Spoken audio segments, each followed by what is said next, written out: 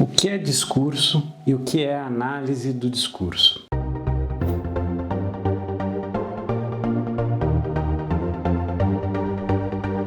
A ideia de discurso, o conceito de discurso, surge em oposição à concepção clássica de compreensão do sentido, de como que a gente entende o que é dito, o que é falado. Na concepção clássica, a compreensão do que é dito se dava por uma ideia de encadeamento lógico do conteúdo.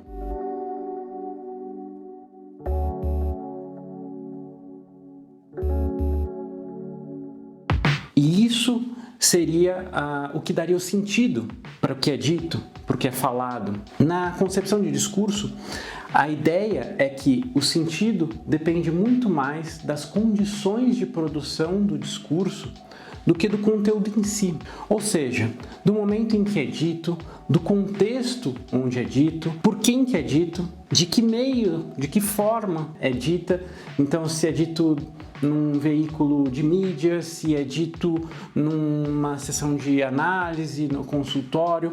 Esse contexto, ele vai importar muito mais para estabelecer o sentido daquilo que é dito do que o conteúdo em si. E é a partir daí que a análise do discurso surge como uma proposta de pensar metodologicamente como que se constrói análises onde se traça um mapa, das condições de produção do discurso e, a partir disso, se pensa quais os sentidos possíveis desse discurso.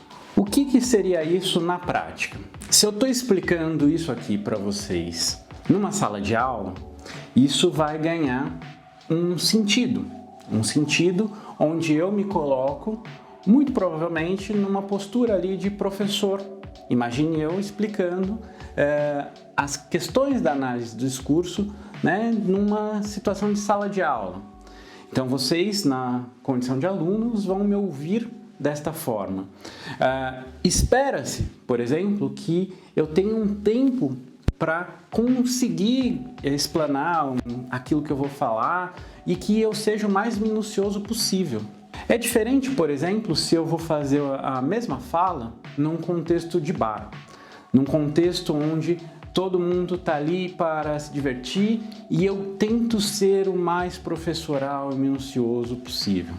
A não ser que mude um pouquinho ali o contexto verdadeiramente do bar, eu vou ficar como uma pessoa que força a barra, que é meio chato até às vezes.